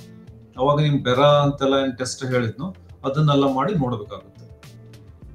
ಅವಾಗ ಅದರಿಂದ ನಮ್ಗೆ 100% ಕ್ಲಿಯರ್ ಆಗುತ್ತೆ ಕೇಳಿಸ್ತಾ ಇದೆಯೋ ಇಲ್ಲ ಅಂತ. ಡಾಕ್ಟರ್, ಈಗ ಹಿಯರಿಂಗ್ ಲಾಸ್ ಆಗುವಂತದ್ದು ಒಮ್ಮೆಲೆ 2 ಕಿವಿದಾಗತ್ತಾ ಅಥವಾ ಒಂದು ಕಿವಿ ಇದ್ದು ಒಂದ್ಸತಿ ಆಗಿ ಆತರ ಏನಾದ್ರೂ ಆಗುತ್ತಾ? ಯಾಕಂದ್ರೆ ಕೆಲವರಿಗೆ ಒಂದ್ ಕಿವಿ ಕೇಳತ್ತೆ, ಹೇಳ್ತಾರೆ ನಂಗೆ ಒಂದ್ ಸೈಡ್ ಕೇಳಿಸುತ್ತೆ ಒಂದ್ ಸೈಡ್ ಕೇಳಲ್ಲ ಅಂತ. ಸೊ ಆ ಕಾರಣಕ್ಕೋಸ್ಕರ ಅದು ಎರಡನ್ನೂ ಆಗ್ಬೋದು. ಕೆಲವೊಬ್ಬರಿಗೆ ಬರೀ ಒಂದೇ ಸೈಡ್ ಕೇಳಿಸೋದು ಕಡಿಮೆ ಆಗುತ್ತೆ, ಕೆಲವೊಬ್ಬರಿಗೆ ಆಗ್ತಾನೆ 2 ಸೈಡ್ ಆಗುತ್ತೆ. ಈಗ ಏಜ್ ರಿಲೇಟೆಡ್ ಹಿಯರಿಂಗ್ ಲಾಸ್ ಏನಿರುತ್ತೆ, ಪ್ರೆಸ್ಬೈಕೋಸಿಸ್ ಅಂತ ಏನ್ ಹೇಳ್ತೀವಿ, ಅದು ಯೂಶಲಿ 2 ಸೈಡ್ ಇರುತ್ತೆ. ಯಾಕಂದ್ರೆ ಅದು ನರ್ಗಳು ವೀಕ್ ಆಗ್ತಾ ಇದ್ದಂಗೆ 2 ಸೈಡ್ ವೀಕ್ ಆಗ್ತಾ ಬರುತ್ತೆ. ಅವಾಗ 2 ಕಡೆ ನರ್ವ್ ಟೆಸ್ಟ್ ಮಾಡಿದಾಗ ಅದು ನರ್ವ್ ವೀಕ್ನೆಸ್ ಆಗ್ತಾ ಬಂದ್ಬಿಡುತ್ತೆ. ಅದೇ ಈ ಬೇರೆದೇನಿರುತ್ತೆ, ಈಗ ನೀವು ಆಕ್ಸಿಡೆಂಟ್ ಆದಾಗ ಅಂತ ಹೇಳಿದ್ರಿ, ಅದರಲ್ಲಿ ಒಂದೇ ಕಡೆ ಆಗ್ಬೋದು. ಅಥವಾ ಈ ಇನ್ಫೆಕ್ಷನ್ ಇಂದ ಏನಾಗುತ್ತೆ, ಕಿವಿ ಇನ್ಫೆಕ್ಷನ್, ಒಂದೇ ಕಿವಿಯಲ್ಲಿ ಕಿವಿನ ಇನ್ಫೆಕ್ಷನ್ ಆಗಿ ಪಸ್ ಆಗಿದ್ರೆ ಅವಾಗ ಒಂದೇ ಕಿವಿಯಲ್ಲಿ ಕೇಳಿಸೋದು ಕಡಿಮೆ ಆಗುತ್ತೆ. ಇನ್ನು ಈ ಕೋವಿಡ್ ಅಲ್ಲೆಲ್ಲ ಹೇಳಿದೆ, ಕೋವಿಡ್ ಟೈಫಾಯ್ಡ್ ಅಂತಲ್ಲಿ 2 ಸಾಧ್ಯತೆ ಇರುತ್ತೆ. ಅದೇನಾದ್ರೂ ಆ ಬ್ಯಾಕ್ಟೀರಿಯಾ ಅಥವಾ ವೈರಸ್ ಒಂದೇ ಕಿವಿಗೆ ಎಫೆಕ್ಟ್ ಆದ್ರೆ ಅದು ಒಂದೇ ಕಿವಿಯಲ್ಲಿ ಆಗುತ್ತೆ. ಅಕಸ್ಮಾತ್ ಅದೇನಾದ್ರೂ 2 ಕಿವಿ ಆಗ್ಬಿಟ್ರೆ 2 ಕಿವಿಗೆ ಆಗುತ್ತೆ. ಈ ಕೆಲವೊಂದು ಎಲ್ಲ ಹೇಗಿರುತ್ತೆ ಅಂದ್ರೆ, ತಾಯಿ ಗರ್ಭಿಣಿ ಇದ್ದಾಗ ಆ ತಾಯಿಗೆ ಇನ್ಫೆಕ್ಷನ್ ಆದ್ರೆ ಹುಟ್ಟು ಮಗುಗೆ ಇನ್ಫೆಕ್ಷನ್ ಅದು ತಾಯಿಯಿಂದ ಮಗುಗೆ ಹೋಗಿ ಅದ್ ಮಗುವಲ್ಲಿ ಇನ್ಫೆಕ್ಷನ್ ಆಗೋ ಚಾನ್ಸ್ ಇರ್ತದೆ. ಅದಕ್ಕೆಲ್ಲ ಮಂಪ್ಸ್ ಮೀಸಲ್ಸ್ ಅಂತೆಲ್ಲ ಹೇಳ್ತೀವಿ. ಅದ್ರಲ್ಲೇನ ಏನಾಗ್ಬಿಡುತ್ತೆ, ತಾಯಿಯಿಂದ ಮಗುಗೆ ಹೋಗಿ ಹುಟ್ಟುತ್ತಾನೆ ಅದು ಇನ್ಫೆಕ್ಷನ್ ಇರೋದ್ರಿಂದ ಕಿವಿ ಕೇಳಿಸೋದು ಕಡಿಮೆ ಇರ್ಬೋದು. ಅದ್ರಲ್ಲೆಲ್ಲ 2 ಕಿವಿಯಲ್ಲಿ ಆಗೋ ಚಾನ್ಸಸ್ ಜಾಸ್ತಿ ಇರುತ್ತೆ. ಸೊ ಈ ರೀತಿಯಿಂದ ನಿಮ್ ಹೇಳಿದ ಪ್ರಶ್ನೆ ಪ್ರಕಾರ ಅದು ಒಂದೇ ಕಿವಿಯಲ್ಲೂ ಆಗ್ಬೋದು ಅಥವಾ 2 ಕಿವಿಯಲ್ಲಿ ಆಗೋ ಚಾನ್ಸ್ ಇರುತ್ತೆ, ಡಿಪೆಂಡಿಂಗ್ ಆನ್ ಅದಕ್ಕೆ ಕಾರಣ ಏನು ಅಂತ ಹೇಳಿ. ಡಾಕ್ಟರ್, ಈಗ ಕಿವಿ ಕೇಳ್ದೆ ಇರೋದು ಈಗ ಇವತ್ತಿಂದ ನಾಳೆಗೆನೆ ಸಡನ್ ಆಗಿ ಆತರ ಆಗತ್ತ ಅಥವಾ ಸ್ಲೋಲಿ ಆಗತ್ತ? ಲೈಕ್ ಹೆಂಗೆ ಅಂದ್ರೆ ಇವತ್ತು ನಂಗೇನು ಕೇಳಿಸ್ತಾ ಇಲ್ಲ, ನಾಳೆನು ಹಂಗೆ ಕಂಟಿನ್ಯೂ ಆಗ್ತಾ ಇದೆ, ಸೊ ನಿಧಾನವಾಗಿ ಎಲ್ಲೋ ಸ್ಲೋ ಆಗಿ ಕೇಳಿಸ್ತಾ ಇದೆ, ದೂರದಲ್ಲಿ ಮಾತಾಡೋದು ಕೇಳಿಸ್ತಾ ಇಲ್ಲ, ಹಂಗಾಗಿ ಆಗಿನೇ ಒಂದ್ ದಿವ್ಸ ಕಿವಿ ಕೇಳ್ದೆ ಇರೋ ತರ ಆಗತ್ತ ಅಥವಾ ಸಡನ್ಲಿ ಆಗತ್ತಾ ಆ ಪ್ರೋಸೆಸ್ ಅಂತ? ಇದನ್ನ 2 ರೀತಿ ಆಗೋ ಚಾನ್ಸ್ ಇರುತ್ತೆ. ನಾನು ಅವಾಗ ಹೇಳ್ದಂಗೆನೆ ಸಡನ್ ಆಗಿ ಹೋಗೋದಕ್ಕೇನು ಚಾನ್ಸ್ ಇರುತ್ತೆ. ಅದಕ್ಕೆ sudden sensitive neural hearing loss ಅಂತ ನಾವು ಹೇಳ್ತೀವಿ. ಮೆಡಿಕಲ್ ಟರ್ಮ್ಸ್ ಅಲ್ಲಿ. ಅಂದ್ರೆ ಅದು ಜಸ್ಟ್ ಅ ಮ್ಯಾಟರ್ ಆಫ್ ಕೆಲವೊಂದು ನಿಮಿಷಗಳಲ್ಲಿ ಅಥವಾ ಗಂಟೆಗಳಲ್ಲಿ ಪೂರ್ತಿ ಕೇಳಿಸೋದು ಹೋಗ್ಬಿಡ್ಬೋದು. ಅದಕ್ಕೆ ಸಡನ್ ಸೆನ್ಸರ್ ನ್ಯೂರಲ್ ಲಾಸ್ ಅಂತೀವಿ. ಅದು ಒಂದೇ ಕಿವಿಯಲ್ಲಿ ಆಗ್ಬೋದು, ಎರಡೋ ಕಿವಿಯಲ್ಲಿ ಆಗ್ಬೋದು. ಅದು ಆಗೋ ಸಾಧ್ಯತೆ ತುಂಬಾ ಕಡಿಮೆ. ಈಗ ಉಳಿದ ಜನರಲ್ ಪಾಪ್ಯುಲೇಷನ್ ಅಲ್ಲಿ ನಾವು ನೋಡಿದ್ರೆ ಈ ಗ್ರಾಜುವಲ್ ಹಿಯರಿಂಗ್ ಲಾಸ್ ಕ್ರಮೇಣವಾಗಿ ಏನ್ ಆಗ್ತಾ ಬರುತ್ತೋ ಅದು ತುಂಬಾ ಕಾಮನ್. ಈ ಸಡನ್ ಆಗುವಂತ ಸಂಖ್ಯೆ ಏನಿರುತ್ತೆ ತುಂಬಾ ಕಡಿಮೆ. ಡಾಕ್ಟರ್, ಹಾಗಿದ್ರೆ ಈ ಇಯರ್ ಲಾಸ್ ಬಗ್ಗೆ ತಿಳಿದುಕೊಳ್ಳಿಕ್ಕೆ ಇರುವಂತಹ ಟೆಸ್ಟ್ ಗಳು ಯಾವ್ದೆಲ್ಲ, ಹೇಗ್ ಗೊತ್ತಾಗುತ್ತೆ? ಅದರಲ್ಲಿ ಎರಡು ರೀತಿ ಇರುತ್ತೆ. ಈಗ ನಾನು ಹೇಳ್ದಂಗೆ ಅಕಸ್ಮಾತ್ ಹುಟ್ಟಿದ ಮಗುವಲ್ಲಿ ಅಥವಾ ಮಕ್ಕಳೆಲ್ಲ ನೋಡ್ಬೇಕು ಅಂದ್ರೆ ಆಟೋ ಎಕಾಸ್ಟಿಕ್ ಎಮಿಷನ್ ಅಂತ ಮಾಡ್ತೀವಿ. 5 ವರ್ಷದ ವಯಸ್ಸು ತನಕ ಕೆಲವೊಂದು ಡೌಟ್ ಇದ್ದಾಗ ನೋಡ್ಬೇಕಂದ್ರೆ ಬೆರಾ ಅಂತ ಹೇಳ್ತೀವಿ. ಅದು ಬ್ರೈನ್ ತನಕನು, ಕಿವಿಯಿಂದ ಬ್ರೈನಿಗೆ ನರಗಳ ಫಂಕ್ಷನ್ ಆಗ್ತಾ ಇದೆಯಲ್ಲ ಅಂತ ನೋಡೋದಕ್ಕೆ. ಕಿವಿ ಮಧ್ಯದ ಕಿವಿಯಲ್ಲಿ ನೀರೇನಾರು ತುಂಬಿಕೊಂಡಿದೆ ಅಂತ ನೋಡೋದಕ್ಕೆ ಇಂಪಿಡೆನ್ಸ್ ಅಂತ ಹೇಳ್ತೀವಿ.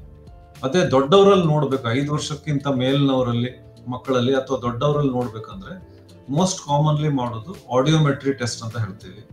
ಅದು ಬಿಟ್ರೆ ಇಂಪಿಡೆನ್ಸ್ ಅಂತ ಹೇಳ್ತೀವಿ. ಅದು ಬಿಟ್ಟು ಕೆಲವೊಂದೆಲ್ಲ ಹೈಯರ್ ಟೆಸ್ಟ್ ಎಲ್ಲ ಇದೆ, ಫೋಟೋ ಎಂಡೋಸ್ಕೋಪಿ ಅಥವಾ ಒಳಗಡೆ higher test inner year function ನೋಡ್ಲಿಕ್ಕೆ.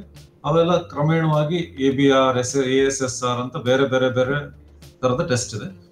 ಬಟ್ ಮೋಸ್ಟ್ ಕಾಮನ್ಲಿ ನಾವು ಮಾಡೋದು ಆಡಿಯೋಗ್ರಾಮ್ ಮತ್ತೆ ಇಂಪಿಡೆನ್ಸ್ ಅಂತ ಹೇಳಿ. ಡಾಕ್ಟರ್, ಈ ಹಿಯರಿಂಗ್ ಲಾಸ್ ಬಗ್ಗೆ ಇರುವಂತಹ ಟ್ರೀಟ್ಮೆಂಟ್ ಯಾವ್ದೆಲ್ಲ? ಅದು ಏನದ್ರಿಂದ ಅದು ಕಿವಿ ಹಿಯರಿಂಗ್ ಲಾಸ್ ಆಗಿದೆ ಅನ್ನೋದ್ರ ಮೇಲೆ ಡಿಪೆಂಡ್ ಆಗುತ್ತೆ. ಈಗ ಕಂಜೆನೈಟಲ್ ಅಥವಾ ಬೈ ಬರ್ತ್ ಅನ್ನೇ ಹಿಯರಿಂಗ್ ಲಾಸ್ ಆಗ್ಬಿಟ್ಟಿದ್ರೆ ಅವಾಗ ನಾವು ಕಾಕ್ಲಿಯರ್ ಇಂಪ್ಲಾಂಟ್ ಅಂತ ಮಾಡ್ಬೇಕಾಗುತ್ತೆ. ಯಾಕಂದ್ರೆ ಅದು nerve full by birth damage ಆಗ್ಬಿಟ್ಟಿರುತ್ತೆ. ಅವಾಗ ನರನ್ನ ಏನ್ ಹೋಗಿದ್ಯೋ ಅದನ್ನ ಸ್ವಲ್ಪ ಸ್ಟಿಮ್ಯುಲೇಟ್ ಮಾಡಿ ಅದಕ್ಕೆ ಜೀವ ತುಂಬದಂಗೆ, ಅದಕ್ಕೇನಂತೀವಿ, ಅದಕ್ಕೆ ಕಾಕ್ಲಿಯರ್ ಇಂಪ್ಲಾಂಟ್ ಅಂತ ಸರ್ಜರಿ ಹೇಳ್ತೀವಿ.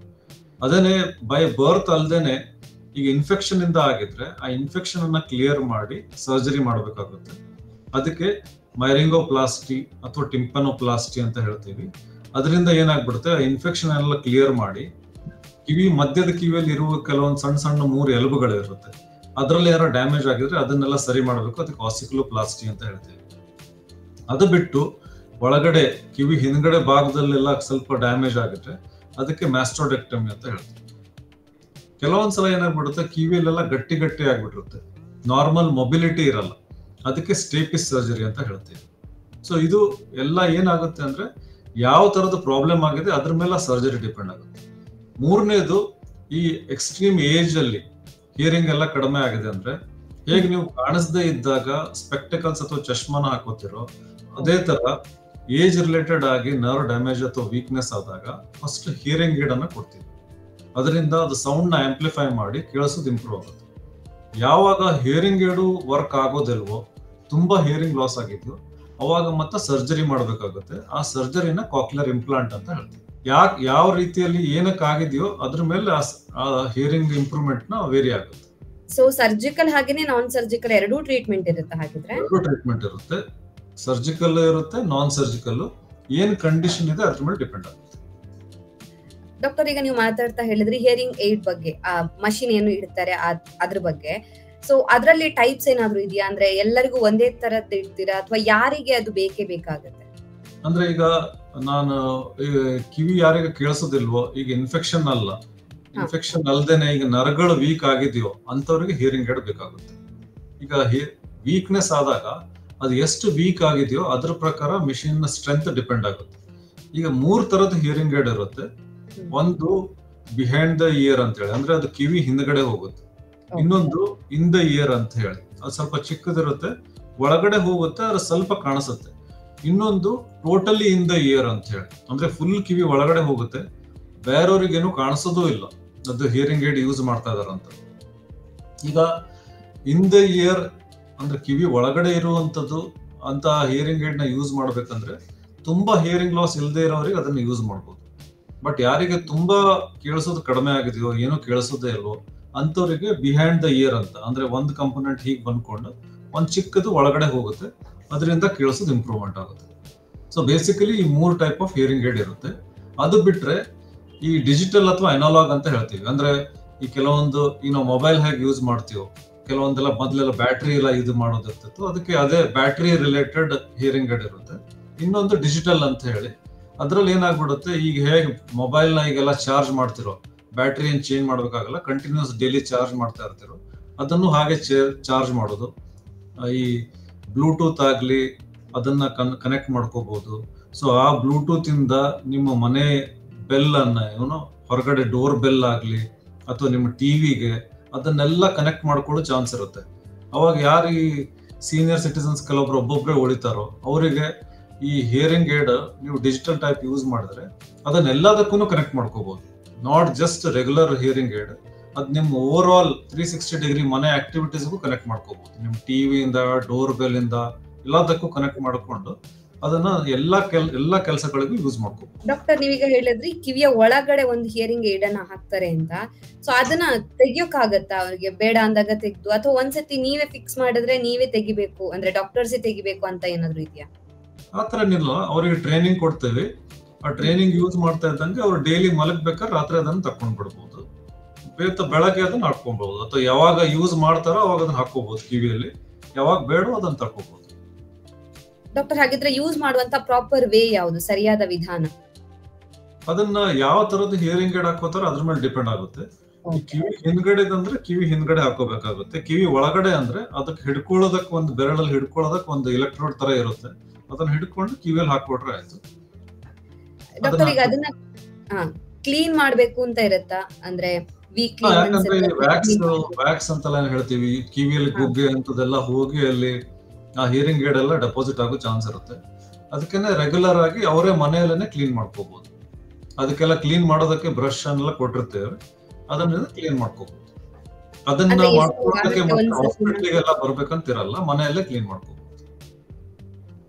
ಡಾಕ್ಟರ್, ಹಾಗಿದ್ರೆ ವಾರಕ್ಕೆ ಒಂದ್ಸತಿನ ಅಥವಾ ಎಷ್ಟು ಟೈಮ್ಗೆ ಒಂದ್ಸತಿ ಕ್ಲೀನ್ ಮಾಡ್ಬೇಕಾಗುತ್ತೆ ಅವರು? ಅದು ಯೂಶಲಿ ತಿಂಗಳಕ್ಕೆ ಒಂದ್ಸತಿ ಮಾಡ್ಕೊಂಡ್ರು ಸಾಕು. ತುಂಬಾ ಕೆಲವೊಬ್ಬರಿಗೆ ಯಾರಿಗೆ ವ್ಯಾಕ್ಸ್ ತುಂಬಾ ಜನರೇಟ್ ಆಗುತ್ತೆ ಅವ್ರು ವಾರಕ್ಕೆ ಒಂದ್ಸಲ ಮಾಡ್ಕೋಬೇಕು. ಇಲ್ಲ ಅಂದ್ರೆ ಇನ್ ಜನರಲ್ ತಿಂಗಳಕ್ಕೆ ಒಂದ್ಸಲ ಮಾಡ್ಕೊಂಡ್ರೆ ಸಾಕಾಗುತ್ತೆ.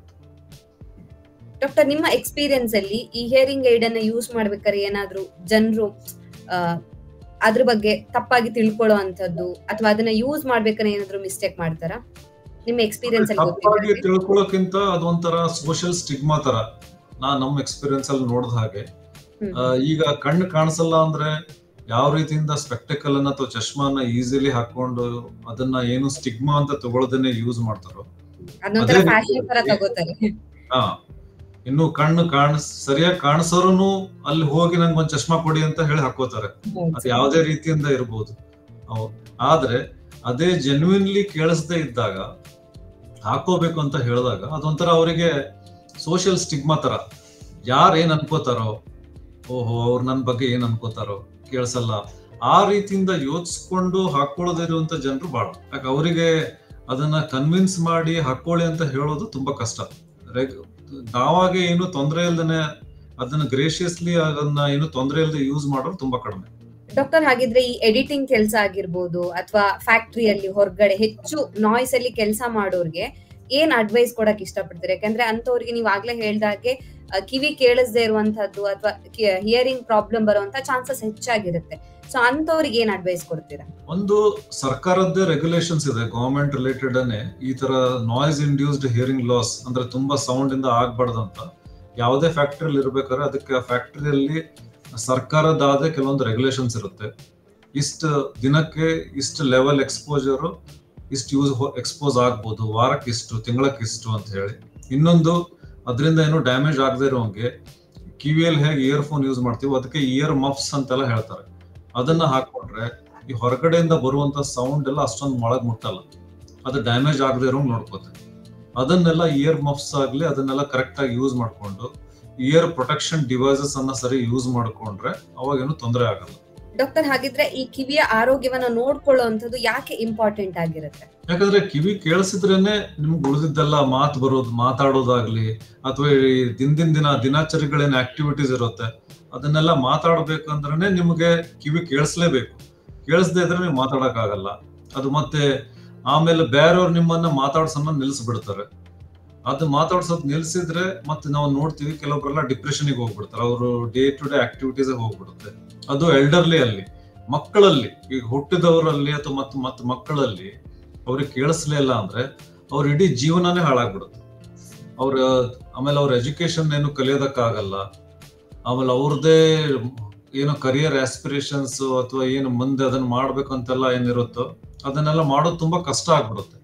ಅವರಿಗೆ ಜನರು ಸೊಸೈಟಿಯಲ್ಲಿ ಮೇನ್ ಸ್ಟ್ರೀಮ್ ಸೊಸೈಟಿ ಆಕ್ಟಿವಿಟೀಸ್ ಅಲ್ಲಿ ಹೋಗ್ಬೇಕಂದ್ರೆ ತುಂಬಾ ಕಷ್ಟ ಆಗ್ಬಿಡುತ್ತೆ. ಸೊ ಅದನ್ನೆಲ್ಲ ಬೇಕು ಅಂದ್ರೆ ಕೇಳಿಸ್ಲೇಬೇಕು. ಡಾಕ್ಟರ್, ಹಾಗಿದ್ರೆ ಓವರ್ ಆಲ್ ಆಗಿ ನಮ್ಮ ಕಿವಿಯ ಹೆಲ್ತ್ ಅನ್ನ ಯಾವ ರೀತಿಯಾಗಿ ನೋಡ್ಕೋಬೇಕು ನಾವು? ಒಂದು ಹಿತಿಮಿತಿಯಲ್ಲಿ ಸ್ವಲ್ಪ ಸೌಂಡ್ ಅನ್ನೆಲ್ಲ ಎಕ್ಸ್ಪೋಜರ್ ಏನಿರುತ್ತೆ ಕರೆಕ್ಟ್ ಆಗಿ ಹಿತಿಮಿತಿಯಲ್ಲಿ ಇರಬೇಕು. ತುಂಬಾ ಲೌಡ್ ಸೌಂಡಿಗೆಲ್ಲ ಎಕ್ಸ್ಪೋಸ್ ಆಗ್ಬಾರ್ದು. ಆಮೇಲೆ ರೆಗ್ಯುಲರ್ ಆಗಿ ಈ ಸೌಂಡಿಗೆ ಏನ್ ಎಕ್ಸ್ಪೋಸ್ ಆಗ್ತಾ ಇರ್ತೀವೋ, ಈಗ ಇಯರ್ ಫೋನ್ ಅಂತವೆಲ್ಲ ಹಾಕೋತಾ ಇರ್ತೀವೋ, ಅದನ್ನಾಗಿ ಈಗ ಹೇಳ್ದಾಗೇನೆ ಲಿಮಿಟ್ ಅಲ್ಲಿ ಯೂಸ್ ಮಾಡಬೇಕು. ತುಂಬಾ ಎಕ್ಸ್ಟ್ರೀಮ್ಸ್ ಅಲ್ಲಿ ಯೂಸ್ ಮಾಡಬಾರ್ದು. ಈಗ ನೀವು ಕಿವಿನ ಹೇಗೆ ರೆಗ್ಯುಲರ್ ಆಗಿ ಚೆಕ್ಅಪ್ ಮಾಡ್ತಾ ಇರಬೇಕು. ಯೂಶಲಿ ನಾವು ಏನ್ ಹೇಳ್ತೀವಿ ಅಂದ್ರೆ up to after 40 years of age, up to 55 years of age ತನಕ ಅಟ್ ಲೀಸ್ಟ್ 3 ವರ್ಷಕ್ಕೆ ಒಂದ್ಸಲ ಆದ್ರೂ ಚೆಕ್ ಮಾಡ್ಕೊತಾ ಇರ್ಬೇಕು. ಈ 55 to 65 years of age ಅಲ್ಲಿ ಅಟ್ ಲೀಸ್ಟ್ 2 ವರ್ಷಕ್ಕೆ ಒಂದ್ಸಲ ಆದ್ರೂ ಕಿವಿನ ಚೆಕ್ ಮಾಡ್ತಾ ಇರ್ಬೇಕು. ಆಫ್ಟರ್ 65 years of age, 65 ವರ್ಷ ಆಗ್ತಾ ಇದ್ದಂಗೆ ಅಟ್ ಲೀಸ್ಟ್ ವರ್ಷಕ್ಕೆ ಒಂದ್ಸಲ ಆದ್ರೂ ಕಿವಿನ ಚೆಕ್ ಮಾಡ್ಕೋತಾ ಇರ್ಬೇಕು. ಆಮೇಲೆ ಯಾವುದೇ ರೀತಿಯಲ್ಲಿ ತಾವಾಗೆ ಸೆಲ್ಫ್ ಮೆಡಿಕೇಶನ್ ಮಾಡ್ಕೊಂಡು ಯಾವ್ಯಾವ್ದು ಮೆಡಿಸಿನ್ಸ್ ಅನ್ನ ತಗೊಳ್ಬಾರ್ದು. ಕಿವಿ ಅಕಸ್ಮಾತ್ ಇನ್ಫೆಕ್ಷನ್ ಇದ್ದು ಪಸ್ ಬರ್ತಾ ಇದ್ದು ಏನಾರ ಸೋರ್ತಾ ಇದ್ರೆ ನಿಯರ್ ಬೈ ENT ಡಾಕ್ಟರ್ಗೆ ಹೋಗಿ ಚೆಕ್ಅಪ್ ಮಾಡಿಸ್ಕೊಂಡು ಆ ಇನ್ಫೆಕ್ಷನ್ ಟ್ರೀಟ್ಮೆಂಟ್ ತಗೊಳ್ಬೇಕು. ಏನಾದ್ರೂ ಡೌಟ್ ಇದ್ದಲ್ಲಿ ಇಮಿಡಿಯೇಟ್ಲಿ ಅದನ್ನ ಇವ್ಯಾಲ್ಯೂಯೇಟ್ ಮಾಡ್ಕೊಂಡು ಅದಕ್ಕೆ ಟ್ರೀಟ್ಮೆಂಟ್ ಅನ್ನು ತಗೊಳ್ಬೇಕು. ಯಾಕಂದ್ರೆ ನಾವು ಮೆಜಾರಿಟಿ ನೋಡ್ತೀವಿ, ಸ್ವಲ್ಪ ಏನಾರು ಕಿವಿ ನೋವಿತ್ತು ಕೇಳಿಸಲ್ಲ ಅಂದ್ಮೇಲೆ ಅಲ್ಲಿ ಹತ್ರದ ಫಾರ್ಮಸಿಗ ಅಲ್ಲೋ ಏನೋ ಹೋಗಿ ಯಾವ್ದೋ ಒಂದು ಡ್ರಾಪ್ಸ್ ಹಾಕೊಂಡ್ಬಿಡ್ತಾರೆ. ಅದರಿಂದ ಉಪಯೋಗ ಆಗೋಕ್ಕಿಂತ ದುರುಪಯೋಗನೇ ಜಾಸ್ತಿ ಆಗ್ಬಿಡುತ್ತೆ. ಇನ್ಫೆಕ್ಷನ್ ಇನ್ನೂ ಜಾಸ್ತಿ ಆಗ್ಬಿಡುತ್ತೆ. ಸೊ ಬರ್ಬೇಕಾದ್ರೆ ಕೆಲವೊಂದ್ಸಲ ತುಂಬಾ ಲೇಟ್ ಆಗ್ಬಿಟ್ಟಿರುತ್ತೆ. ಅಂತವನ್ನೆಲ್ಲ ಮಾಡ್ಕೊಳಕ್ ಹೋಗ್ಬಾರ್ದು. ಡಾಕ್ಟರ್, ಕೊನೆಯದಾಗಿ ಏನ್ ಹೇಳಕ್ ಇಷ್ಟಪಡ್ತೀರಾ? ನೋಡಿ, ಒಂದು ಶ್ರವಣ ಅನ್ನೋದು ನಮಗೆ ಈ ಸ್ಪೆಷಲ್ ಸೆನ್ಸಸ್ ಅಂತ ಹೇಳ್ತೀವಿ. ದೇವರು ಕೊಟ್ಟಿರೋದ್ರಲ್ಲಿ ಅಥವಾ ಏನ್ ಹೇಳ್ತೀವಿ ಅದರಲ್ಲಿ ಸ್ಪೆಷಲ್ ಸೆನ್ಸಸ್ ಅಲ್ಲಿ ಒಂದು ಕೇಳಿಸೋದು. ಅದಕ್ಕೆ ಯಾವುದೇ ಒಂದು ಸ್ಪೆಷಲ್ ಸೆನ್ಸಸ್ ಅಂತ ಇದ್ದಾಗ ಅದು ನಮಗೆ ಸ್ಪೆಷಲ್ ಆಗಿರುತ್ತೆ ಬಾಡಿಗೆ. ಯಾಕಂದ್ರೆ ಈ ಕೇಳಿಸೋದ್ರಿಂದಾನೇ ನಮಗೆ ಉಳಿದಿದ್ದೆಲ್ಲ ನಾವೇನ್ ಡೇ ಟು ಡೇ ದಿನಚರದ ಆಕ್ಟಿವಿಟೀಸ್ ಏನಿರುತ್ತೆ ತುಂಬಾ ಇಂಪಾರ್ಟೆಂಟ್. ಅದರಿಂದಾನೇ ಮಾತು ಬರೋದು, ನಮಗೆಲ್ಲ ಜೀವನದಲ್ಲಿ ಡೇ ಟು ಡೇ ಆಕ್ಟಿವಿಟೀಸ್ ತುಂಬಾ ಇಂಪಾರ್ಟೆಂಟ್. ಯಾವುದೇ ಒಂದು ವಸ್ತುನ ಕಳ್ಕೊಂಡ ಮೇಲೆ ಅದ್ರ ಇಂಪಾರ್ಟೆನ್ಸ್ ಗೊತ್ತಾಗುತ್ತೆ. ಸೊ ಅದಕ್ಕೆ ನಾನು ಹೇಳ್ಕೊಡೋದನ್ನ ಏನ್ ಇಷ್ಟಪಡ್ತೀನಿ ಅಂದ್ರೆ, ಅದು ಕಳ್ಕೊಂಡ ಮೇಲೆ ಅದ್ರ ಇಂಪಾರ್ಟೆನ್ಸ್ ಆಗದೆ ಇರೋಕ್ಕಿಂತ ಕಳ್ಕೊಳ್ಳೋಕ್ಕಿಂತ ಮುಂಚೆನೆ ಅದ್ರ ಇಂಪಾರ್ಟೆನ್ಸ್ ನೀವು ಅದನ್ನ ತಿಳ್ಕೊಬೇಕು. ಅಂದ್ರೆ ನಿಮ್ ಡೇ ಟು ಡೇ ಆಕ್ಟಿವಿಟೀಸ್ ಅಲ್ಲಿ ನೀವ್ ಏನು ಎಷ್ಟು ಅದನ್ನ ನೀವು ಕಿವಿನ ಕೇರ್ಫುಲ್ ಆಗಿ ನೋಡ್ಕೊಳಕ್ಕಾಗುತ್ತೋ ಅಷ್ಟು ಕೇರ್ಫುಲ್ ಆಗಿ ನೋಡ್ಕೊಳ್ಬೇಕು. ಅದನ್ನ ಕಿವಿನ ಕೇಳಿಸೋದನ್ನ ಗ್ರಾಂಟೆಡ್ ಆಗಿ ತಗೊಳ್ಬೇಡಿ. ಅದನ್ನ ಸ್ಪೆಷಲ್ ಸೆನ್ಸಸ್ ಯಾವುದೇ ರೀತಿ ಆಗ್ಲಿ, ಕಿವಿಯಲ್ಲಿ ಇಯರ್ ಬಡ್ ಹಾಕೋದಾಗ್ಲಿ ಅಥವಾ ತುಂಬಾ ಇಯರ್ ಫೋನ್ಸ್ ಯೂಸ್ ಮಾಡೋದಾಗ್ಲಿ, ನೋಡ್ದೇನೆ ಯಾವ್ದು ಬೇಕಾದ್ರೂ ಮೆಡಿಸಿನ್ಸ್ ತಗೊಳ್ಳೋದಾಗ್ಲಿ, ಸ್ವಲ್ಪ ಸೈನ್ಸ್ ಬರ್ತಾ ಇದ್ದಂಗೆ ಪೇನ್ ಆಗ್ತಾ ಇದೆ ಅಂದಾಗ ಅದನ್ನ ನೆಗ್ಲೆಕ್ಟ್ ಮಾಡಿ ಇನ್ನೊಂದ್ ಸ್ವಲ್ಪ ದಿವಸ ನೋಡೋಣ ಅಥವಾ ಕೇಳಿಸದೇ ಇದ್ದಾಗ ಇನ್ನೊಂದ್ ಸ್ವಲ್ಪ ದಿವಸ ನೋಡೋಣ, ಇಂಥವನ್ನೆಲ್ಲ ಮಾಡಕ್ ಹೋಗ್ಬಾರ್ದು. ಸ್ಪೆಷಲ್ ಸೆನ್ಸಸ್ ಅನ್ನ ಕೇಳೋದನ್ನೇನಿದೆ ಅದನ್ನ ಸರಿಯಾಗಿ ನಾವು ನೋಡ್ಕೊಂಡು ಗ್ರಾಜುಲಿ, ಆಲ್ವೇಸ್ ನಾವು ಹೇಳೋದು prevention is better than cure ಅಂತ ಹೇಳಿ. ಅಂದ್ರೆ ಏನು ಆಗೋದಕ್ಕಿಂತ ಮುಂಚೆನೆ ನೀವು ಪ್ರಿವೆನ್ಷನ್ ಅನ್ನ ತಗೊಳ್ಳೋದು ಅತಿ ಉತ್ತಮ ಅಂತ ನಾನು ಹೇಳಲು ಇಷ್ಟಪಡ್ತೇನೆ.